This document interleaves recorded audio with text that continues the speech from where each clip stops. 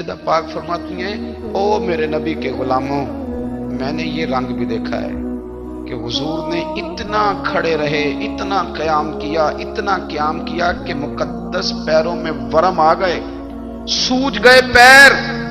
ہم سیر کرنے گئے تو تھک گئے، بات الگ ہے، لیکن عبادت میں یہ بھی تو مسلم شریف ہے نا، یہ بھی تو دین ہے نا، یہ بھی تو حضور کی سنت ہے، یہ بھی تو وہ چیز ہے جو کریم کی آنکھوں کی ٹھنڈک ہے۔ سیدہ فرماتی ہیں پیروں میں ورم آ گئے، ساری رات ہی حضور نے نماز پڑھی اور ایک ہی آیت بار بار دہرائی۔ مسجد نبوی میں بلال حبشی نے فجر کی اذان دے دی اور حضور ابھی مصلی پہ تھے، کریم فارغ ہوئے۔ میں نے عرض کی یا رسول اللہ صلی اللہ علیہ وسلم، آپ کے تو صدقے اللہ اگلے پچھلوں کے گناہ معاف کرے گا، تو آپ اتنی آہوزاری کیوں فرماتے ہیں؟ آپ تو شفیع ہیں، آپ تو انبیاء کے امام ہیں۔ تو حضور نے فرمایا عائشہ تم نے گنوایا ہے نا میرے اللہ کی مجھ پر کتنی رحمت ہے، افلا اکون عبدا شکورا، فرمایا اگر اس نے اتنی نعمتیں دی ہیں تو کیا میں اس کا شکر گزار بندہ نہ بنوں؟ میں شکر گزار بندہ نہ بنوں اس کا؟ پھر اگر اتنی نعمتیں اس نے دی ہیں، مجھے اتنا نوازا ہے، تو پھر میں اس کے سامنے سجدے نہ کروں؟ او میرے بھائی، بڑے قابل فخر لوگ ہیں ہم کہ ہم نبی پاک کے غلام ہیں، ہم قابل فخر ہیں کہ نبی کریم کے غلام ہیں۔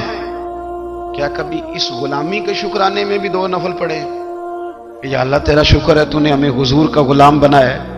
یاد رکھیں کہ اپنی روحانی زندگی کو آباد کریں، استغفار پڑھیں، تسبیحات کریں، کچھ چھوٹے چھوٹے اعمال ہیں ان کو اپنی زندگی میں حصہ بنائیں۔ ترمذی شریف میں حدیث ہے، نبی پاک صلی اللہ علیہ وسلم نے فرمایا 3 مرتبہ صبح، 3 مرتبہ شام اعوذ باللہ السمیع العلیم 3 دفعہ یہ پڑھو، اور 1 دفعہ سورۃ حشر کی آخری 3 آیات، هو اللہ الذی لا الہ الا هو عالم الغیب والشہادۃ هو الرحمن الرحیم۔ اعوذ باللہ من الشیطان الرجیم ہے نا، اس کو پڑھنا ہے اعوذ باللہ السمیع العلیم من الشیطان الرجیم، فرمایا 3 دفعہ اس کو پڑھو اور 1 دفعہ سورہ حشر کی 3 آیتیں، 1 دفعہ صبح اور 1 دفعہ شام۔ صبح کیا ہے، شام کیا ہے؟ تو اعلیٰ حضرت بریلوی فرماتے ہیں صبح سے مراد ہے آدھی رات ڈھلنے سے لے کر سورج نکلنے تک، آدھی رات ڈھلنے سے لے کر یعنی تہجد کا ٹائم سے لے کر سورج اور شام کیا ہے، دوپہر ڈھلنے سے لے کر مغرب کی اذان تک، یہ شام ہے۔ اب سن لیں، یہ ترمذی کی حدیث ہے سیاستہ کی، نبی پاک نے فرمایا جس نے 3 مرتبہ اعوذ باللہ پڑھی اور 1 بار سورہ حشر کی آخری 3 آیتیں پڑھی، 1 دفعہ صبح پڑھے، 1 دفعہ شام پڑھے، نبی کریم علیہ السلام فرماتے ہیں اگر صبح پڑھے گا تو 70,000 فرشتے شام تک، اور اگر شام کو پڑھے گا تو 70,000 فرشتے صبح تک پڑھنے والے بندے کی مغفرت کی دعا مانگتے رہیں گے۔ چلے میں تو اس بات پہ بھی بڑا راضی ہوں کہ پہلی دفعہ اہل سنت میں ایسا ہو رہا ہے کہ وظیفہ ملنے پر لوگ نعرے لگا رہے ہیں، ورنہ وظیفہ بتائیں تو کہنے میں بھی پڑھیں گے پر کوئی تویز بھی لکھ چھوڑو ماڑا گیا۔ ایک صاحب آئے مجھے کہنے لگے جی برکت کوئی نہیں، غربت بڑی ہے، میں نے کہا سورۃ واقعہ پڑھا کر، کہنے پیر صاحب تھوڑی تکلیف کرو کو میں نے تویز بھی کر دیو۔ میں نے اسے کہا خدا کے بندے میں تویز دوں گا پتہ نہیں کام بنے گا نہیں بنے گا، سورۃ واقعہ پڑھ، یہ وہ تویز ہے جو مدینے والے رسول نے عطا فرمایا ہے کہ سورۃ واقعہ پڑھو تمہیں کبھی فاقہ نہیں آئے گا۔ تو وظائف پڑھیں، عبادات کریں، تیاری کریں، کچھ نیک اعمال بچائیں ایسے جن کا ہمیں پتہ ہو، جو ہمارے رب کو پتہ ہو۔ حضرت عبداللہ ابن عمر رضی اللہ تعالیٰ عنہ حضرت عمر کے صاحبزادے، مکہ مکرمہ میں ان کی قبر ہے۔ میں نے جب انہیں پڑھا تو مجھے ان سے بڑا پیار ہو گیا، لیکن آپ کو پتہ ہے وہاں جا کے کسی شخص کا مزار تلاش کرنا یا پوچھنا ایک مشکل کام ہوتا ہے۔ تو ایک دفعہ میں مکہ شریف میں حاضر تھا، تو ایک گاڑی والا ڈرائیور مجھے کہنے لگا کہ مولانا میں آپ کو جانتا ہوں، مجھے آپ سے محبت ہے، ایک بات بتاؤں آپ کو؟ میں نے کہا بتاؤ۔ کہنے لگے حضرت عبداللہ ابن عمر کی قبر دیکھنی ہے۔ میں نے کہا یہ تو نہیں کہہ رہا، یہ کسی نے بندوبست کرایا ہے، یہ اللہ نے تیرے دل میں بات ڈالی ہے کہ ہو گیا تو لے چل مجھے۔ حضرت عبداللہ ابن عمر کو نبی پاک نے فرمایا تھا راجل صالح، یہ نیک بندہ ہے، یہ متقی آدمی۔ حضرت عبداللہ ابن عمر رضی اللہ تعالیٰ عنہ سیدنا فاروق اعظم رضی اللہ تعالیٰ عنہ کے صاحبزادے ہیں، اور ان کی ہمشیرہ سیدہ حفصہ رضی اللہ تعالیٰ عنہ حضور کی زوجہ محترمہ ہے۔ ایک دن اپنی ہمشیرہ سے کہنے لگے کہ نبی کریم صلی اللہ تعالی علیہ وسلم گھر میں آئے نا، اور اگر حضور غم امت میں پریشان نہ ہوں، طبیعت کو حشاش بشاش دیکھو، تو ذرا پوچھنا تو صحیح حضور کا میرے بارے میں کیا خیال، پوچھنا تو صحیح کہ کریم کی بارگاہ میں میرا کیا مقام ہے، میرے بارے میں حضور کیا فرماتے ہیں۔ اب بہن کو کام بتائے اور بتائے بھی بھائی، اور پھر بہن وہ کام نہ کرے، یہ تاریخ میں ہوتا نہیں۔ حضرت عمر فاروق رضی اللہ تعالیٰ عنہ کی صاحبزادی ام المومنین رضی اللہ تعالیٰ عنہ فرماتی ہیں کہ میں تو بس منتظر تھی، انہوں نے تو کہا تھا نا کہ اگر تم حشاش بشاش دیکھو تو بات کرنا، لیکن حضور تشریف لائے، میری باری تھی، میرے گھر تشریف لائے، کھانا پیش کیا تو فوراً میں نے عرض کی حضور ایک بات پوچھنی تھی۔ حضور نے فرمایا پوچھئے۔ میں نے عرض کی حضور میرے بھائی عبداللہ ابن عمر کے بارے میں آپ کا کیا خیال ہے؟ نوجوانوں میری بات پہ غور کرنا، میرے بھائی کے بارے میں آپ کا کیا خیال ہے؟ تو نبی کریم صلی اللہ تعالی علیہ وآلہ وسلم نے میری طرف دیکھا اور پھر حضور زیر لب تھوڑا مسکرائے، اور بریلی کے امام کہتے ہیں کہ حضور مسکرا دیتے تھے نا تو جو بڑا دکھی ہوتا تھا وہ بھی ہنس پڑتا تھا۔ اب سوال پیدا ہوتا تھا کہ پھر تو اس مسکراہٹ کے لیے انتظار کرنا پڑتا ہوگا کئی مہینے کہ حضور مسکرائیں تو رونے والے ہنسیں، تو اعلیٰ حضرت فرماتے نہیں، انتظار نہیں کرنا پڑتا، یہ مسکراتے رہنا تو حضور کی عادت ہے۔ جس کی تسکین سے روتے ہوئے ہنس پڑے اس تبسم کی عادت پہ لاکھوں سلام، یعنی یہ تو عادت ہے حضور کی مسکراتے رہنا، اس کے لیے انتظار نہیں کرنا پڑتا۔ بھائیو آپ خیال رکھیں گے، غور کریں گے، حضرت عبداللہ ابن عمر رضی اللہ تعالیٰ عنہ کے بارے میں پوچھا تو سیدہ فرماتی ہیں کہ نبی کریم صلی اللہ تعالیٰ علیہ وسلم نہ زیر لب مسکرائے اور فرمایا حفصہ تیرا بھائی ہے تو اچھا، لیکن میں نے سنا ہے کہ عشاء کی نماز پڑھتا ہے تو فجر تک سویا ہی رہتا ہے۔ او نوجوانوں، 10 بجے تک سونے کی بات نہیں ہوئی، 9 بجے تک سونے کی بات نہیں ہوئی، 11 بجے اٹھنے کی بات نہیں۔ حضور فرمانے لگے میں نے سنا ہے کہ عشاء کی نماز پڑھ کے سو جاتا ہے اور فجر تک سویا ہی رہتا ہے، اسے چاہیے کہ تہجد کے وقت اٹھا کرے، اللہ کی بارگاہ میں حاضر ہوا کرے، آہوزاری کرے، سجدے کرے، عبادت کرے، اٹھتا ہے اور فجر میں جا کے اٹھتا ہے۔ حضرت جناب حفصہ رضی اللہ تعالیٰ عنہ کہتی ہے میں نے جناب عبداللہ ابن عمر کو پیغام دیا اور میں نے کہا میرے جوان بھائی سن، نبی پاک نے فرمایا ہے تو اچھا پر تہجد میں نہیں اٹھتا، نفل نہیں پڑھتا۔ او میری ملت کے جوانوں، مزہ نہیں آ جاتا جب ساری دنیا سوئی ہو، ساری دنیا، اور بستر بھی گرم ہو اور نیند بھی پورا غلبہ کر رہی ہو، اور اچانک گھنٹی بجے دماغ میں، آنکھ کھلے، گھڑی پہ نظر پڑے، 3:30 4 بجے کا پیغام گھڑی بتائے، اور کوئی چڑھتی جوانی والا اٹھ کے وضو کرے، اور جب وہ مصلی کھول کے بچھائے تو مدینے والے محبوب کہتے ہیں کہ ہر نماز پہ رب ثواب دیتا ہے، اور جو اٹھ کے تہجد کی نماز پڑھے اسے دیکھ کے تو رب مسکراتا ہے، جو اس کی شان کے لائق ہے، جو اس کی شان کے لائق، وہ مسکراتا ہے، خوش ہوتا ہے کہ میرا بندہ تہجد میں اٹھ گیا، وہ مسکراتا ہے۔ کاش ہماری صبحیں کبھی اپنے مالک کے نام ہو جائیں، کاش کے صبح حضرت ابو الحسن رحمت اللہ تعالی علیہ حضرت معاذ ابن جبل رضی اللہ تعالیٰ عنہ کے پاس بیٹھا کرتے تھے، فرماتے ہیں ان سے جو پیار بڑھا تو پھر میرا مصلی سے بھی بڑھ گیا۔ تابعی ہیں، فرماتے ہیں صحابی رسول سے محبت ہوئی تو ذکر سے بھی ہو گئی، پھر درود شریف سے بھی ہو گئی، محبت ان سے بڑھی تو پھر اللہ نے مسجد کا پیار بھی بڑھا دیا۔